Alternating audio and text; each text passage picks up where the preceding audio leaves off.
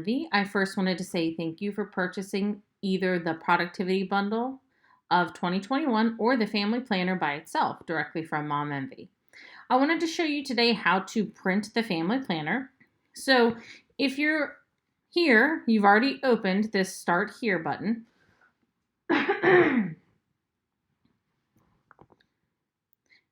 Which is right over here, and you already, obviously, if you click that, then you found out that I accidentally had my link incorrect and it took you to the Adulting Planner how-to page instead of this one. So if you've got here, thank you very much for following that train. So the very first thing that you need to know is that this family planner was created in letter size. You can print this however you would like in any size. You just have to follow my tutorial for how to print it in any size, but it's actually pretty easy. I've given you videos for both a Mac and also for a PC, so that way you can do it either way, and you can also do it from a tablet.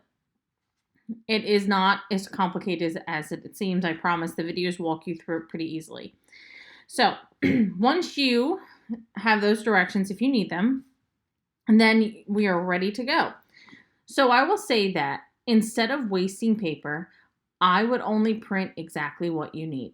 So make sure that you are not printing a bunch of extra pages that you're never going to use, because that's just going to be a waste. But the benefit of this is also you can print these pages as much as you like. You can use it this year, next year. You can use multiple copies of certain pages. It doesn't matter. All you have to do is print out exactly what you need.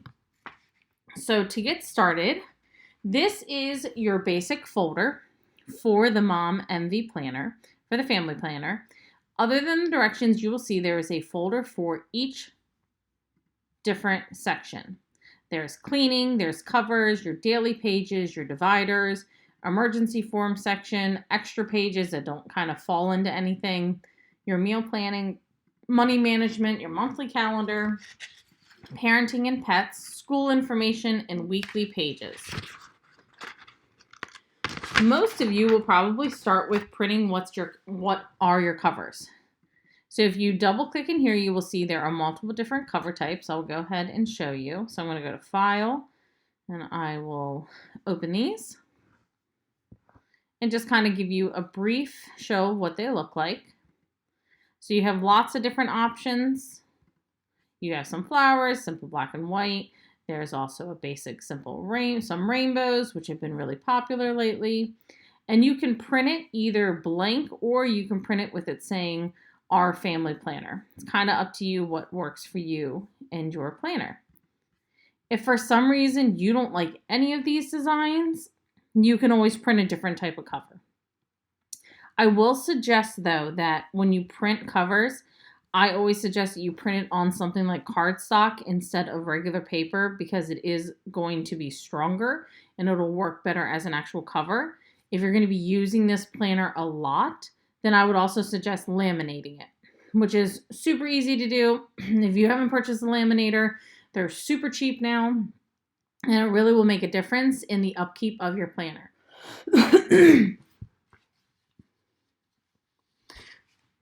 Okay, so once you print your cover, I think what is the next notable section would be your dividers. I've given you dividers for each section that we have available in the planner. So you see here, they're super simple, really easy dividers. If you like something that's a little bit fancier, you can actually access, let me open this and I'll show you. You can actually access a bunch of free dividers that I have on my site. So we'll go here. So divider set 1. These are actually some of my most important, these are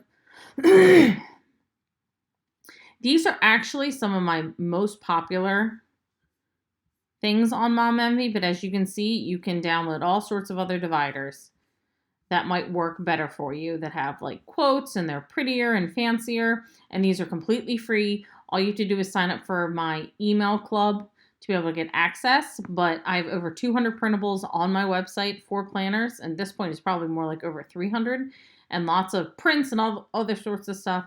So this would be something that would be worth signing up for anyways. But then you can access this set of dividers and a second set of dividers, which you can see here in the Start Here directions under dividers. So here we talk about covers, then we talk about the dividers. The next section that we're going to look at is the emergency form. With a family binder, I find that it's important, whether it's just you, whether it's you and a significant other, whether it's you and children, whether it's you and pets, whatever it may be. I think it's best to have an emergency form where you list important doctors and important dentists, vet if you have a vet, pharmacy, poison control, urgent care. All of these things are really important to list and have easily accessible. And yes, I know we all have our phones, and it's great to have this information on our phones. But if somebody's at your house, it's helpful to have this. Let's say you have grandma's there watching the kids. She's not going to know your doctor's phone number. She's not going to have access to your phone. So this is a quick way for anybody who's visiting, if there's an emergency situation, to be able to call who they need to call. The next section would be, I have a whole section on meal planning. Meal planning is one of my least favorite things to do. I fully admit this on my blog where I discuss meal planning. So I try to find a way to make this easier. And so what I have is a bunch of files for you. I have grocery lists, simple, so you can do it by section. I also have the actual sections written in here, and they're kind of like your most standard grocery list section. This is my favorite thing I do. I do meals to try, and what I do is in these sections, I'll list like chicken, ground beef, pork, vegetarian, pasta, or I will do Italian, Mexican, things like that. I categorize it. So that way, this is where I keep track of all the meals that we like to try that we haven't tried yet. And then this is probably what I use even more than that, which is our meals we eat. When I meal plan 2 weeks at a time. I used to try to do a month and it just didn't work for me. So now I'm doing 2 weeks at a time. And this is really helpful because then I can very easily say, okay, I know I have chicken in the freezer, so let me go ahead and pick 2 chicken meals. I know that I have some pork. Let me go ahead and pick a pork meal. It makes meal planning way faster. The second thing that you have is traditional meal planning calendars, and I've given you multiple different types. You can either do a Sunday start or a Monday start. It's totally up to you and what you use for you and your family. So again, just like with the Monday start or Sunday start, I have different options here. So this is a basic. As you can see, it's got our dinner menu, breakfast menu, lunch menu. Maybe you don't do that. Maybe you just do your dinners for the week, or you like to have a shopping list. That's another alternative. I've got one with lines, without lines, or maybe you need notes for that day based on recipes or things like that. Then I also have included a monthly meal planning calendar to make sure you can kind of plan out long range meal planning versus maybe just a week at a time. Or if you want to do it a week at a time, this would still work. But I find that this works best for planning 2 weeks, a month, or even longer. I have a friend of mine actually even does 3 months at a time, which is incredible to me. So that is your basic meal planning set. Then after that, here is our cleaning set. So I like to have a cleaning schedule. What's nice about this is if you're like me, sometimes you'll find that your cleaning schedule changes because things don't quite work for you. So these are some pages that will help you set up a cleaning schedule, but if it doesn't work, it's no big deal. You can just print new ones and write it out again. So one of the things I have is a page that is when is the last time and it gives you different times or different places to put in things that you did and when you last did them. These are your things that you don't do as often that are kind of hard to remember. Things like changing oils in the car, changing furnace filters, changing the water filter in your fridge, cleaning out your, a real deep clean of your dishwasher or your washing machine. This is the kind of place that you would put that. Now, this page you're not going to print. You can even see it says don't print, but I just wanted to show you an example of how you did this. So that way you could see that this is where the item goes and this is where the dates go. This is a basic cleaning schedule.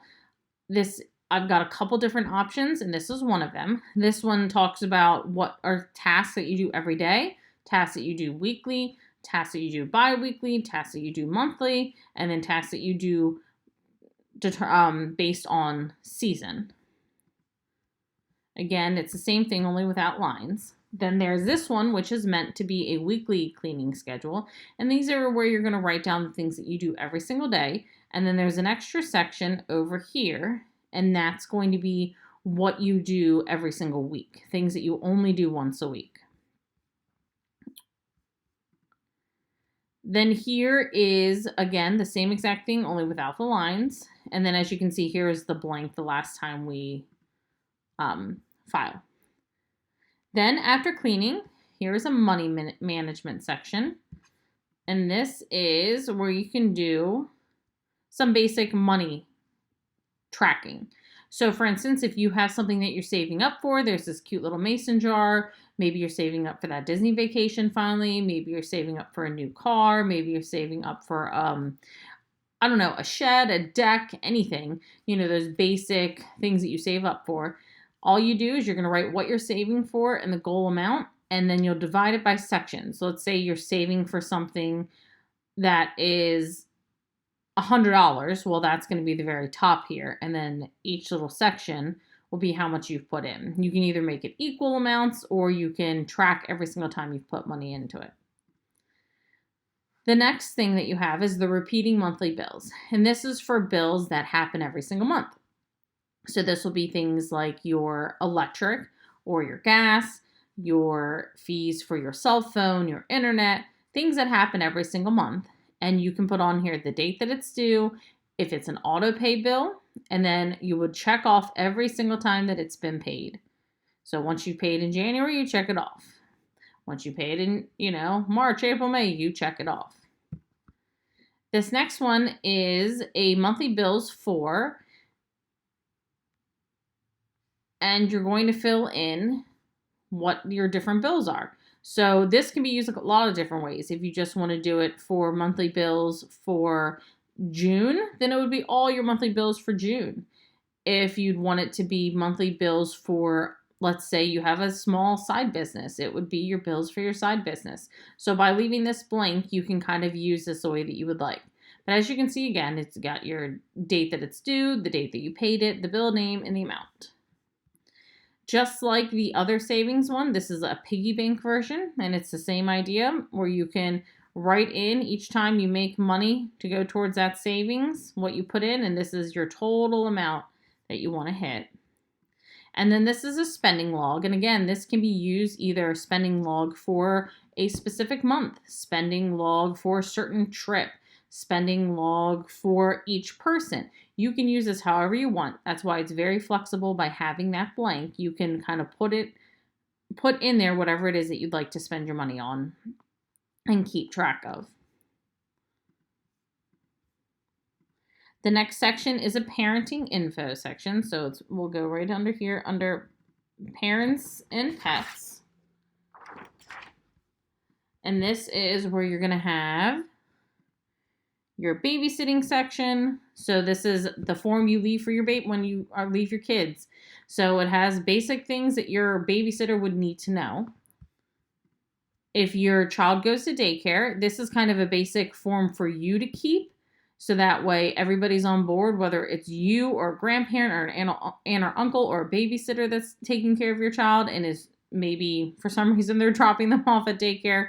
But this form just is where you keep track of the basics, the name of the provider, the names of the people that work there, the phone numbers, the email, the address, if there's a passcode for the door, that's there. What time you have to pick them up, what the money costs, or how much the service costs, when the money is due, what the late payment fee is. So it's all your basic information for daycare. And then there's, just like the babysitting form, this is a pet sitting form. Again, it'll be important information like your vet's in here, what the name of the pet is, if they have any allergies, how much they eat, and other basic information. After this, the next section is the IEP information, which is under the school section. I did not put it separately, so it's right under here, under special ed. So if you go in here, you'll see that there's 3 different pages. So this is if your child is receiving special education services. You might find these pages helpful. I used to be a special ed teacher, so because of it, this is important to me to make sure that parents actually know what are the things that they should be keeping track of to make sure that the school is doing what they should be doing. So this is just kind of your basics. This is what it looks like for your IEP at a glance, and it's just information about your kid and when their annual is, who their case manager is, their number, their reevaluation information, any sort of notices that you get, the date that you're supposed to get it by, the date that it's received. This is information for each one of their service providers so that you know the information about them, like their name and their email, and kind of where you might want to keep some notes about them. Maybe there's something special, you know, that this is their favorite color. Or maybe there's something like, oh, they like email better than phone calls, so I'm going to make sure I email them. Whatever you find to be important about them.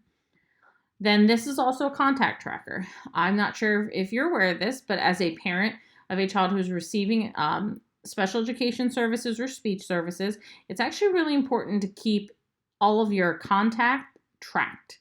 So that way you know when you've spoken to them and what you've spoken about, and if there is any action that's required so that you know what to follow up on.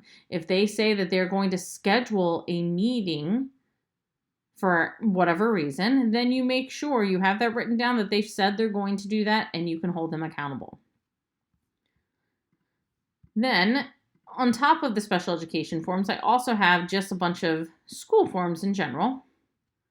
The first one is information about classmates. So this is where you can keep track of maybe the kids that your child is friends with, or parents that maybe you've been working with for one reason or another to plan something for the class. Basic school information. I actually find this is important because even though I use my phone to look a lot of this up, I find sometimes my husband is not always the best at keeping track of all of this stuff, and so this is really good for him. But this would also be good for somebody like grandma, grandpa, aunts, or uncles who might be helping out. This is a second page for the school info. The first one's more based on preschool, and the second one is more based on traditional school. And then this is more information if this child for bus information and things like that. So you kind of, again, just print what you need. And if you don't have kids in this section, you can just totally skip.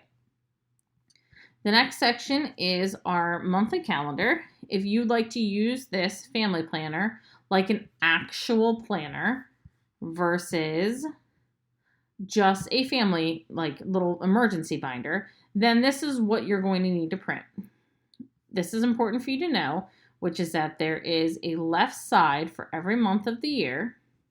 As you can see, and you'll fill in the dates here. So you can use this again. You can use this in 2021, 2022. If you forget about it and want to use it 5 years from now, it still works because it's blank and you can put it in exactly as you need it. So you would put in your monthly, you would print your monthlies, which is the left side, but then your right side, you're going to print separately for each month. And I did this because it's just easier than trying to lump them together. So in addition, as you can see, I've given you 2021, 2022, 2023, 2024, 2025, and I've also given you the right side without anything on it if for some reason in 2026 or past then you would like to still be able to use it. So this is set up so that this is like a traditional planner where the monthly calendar, you'll have this on your left side as an open spread, and then you'll have this second page on your right side. So there'll be one next to the other one. And you have both your Monday start and your Sunday start, whichever works for you. After this, there is weekly pages. So if you're somebody who likes to then also plan every single week, I have weekly pages. I have a 1-page weekly, which you can see here with both a Monday start and a Sunday start. This is where you're going to just write down all your plans for the week and what needs to be all your to-dos. And then this section's blank for whatever you'd like. Or if you are somebody who likes to have a 2-page spread, then I've created a dashboard spread, and I have a couple different options. You're going to pick one left and one right. It doesn't matter which one. I'll show you what they all look like. Open them all. Okay, so for your left page of your dashboard view, if you have a happy planner, then the word dashboard is going to sound more familiar. If you don't, dashboard view is just a type of weekly planner that looks like this. So it's not vertical, it's not horizontal. Instead, it's more, gives you like areas to be able to write like to-dos and separate little grocery lists. So you could do to-dos, grocery lists. You can put stickers here. You can write important things, don't forget this, or hey, this is our weekly meal plan, whatever it is that you'd like to write. Then on the right side, you'll print one of these and you have a Monday start and a Sunday start. And here, as you can see, this actually is where the meal plan goes, which I realized I said on the other page. But so for on this page, you could write what your meals are. And if for some reason you don't track what your meals are, you can put a sticker on top of this and use it for something else. But this is where you put your meals for most people, and then you would have a section for each day of the week to write down what your plans are. If you don't like this style of planner, then there's a vertical planner, which is more traditional. And I'll open that to show you, and that's, here you go. So you have your left page, Monday, Tuesday, Wednesday, and then your right page, Thursday, Friday, and then the weekend. At the bottom, you have a little area to track something, and then a little check off section, and then a little check section again, and then a little blank section to use how you'd like. Again, I've included both a Saturday start and a Sunday start, so you can use whatever works best for you. After the weekly section, if you're somebody who plans even further than weekly, then there are daily sections. And this is, I've got 4 different options that you can use how you'd like. But as you can see, this is what they look like, and you can just kind of use them however it works for you. So some people like to do morning, afternoon, evening. This is if you'd like to do smaller chunks to your day. This is if you just want to do, maybe you want to write down tasks that have to be done, or maybe you want to do daily. Maybe you want to do 8 o'clock, 8:30, 10 o'clock. You want to write the time. You can really modify this to work however it is that you need to, you'd like to work.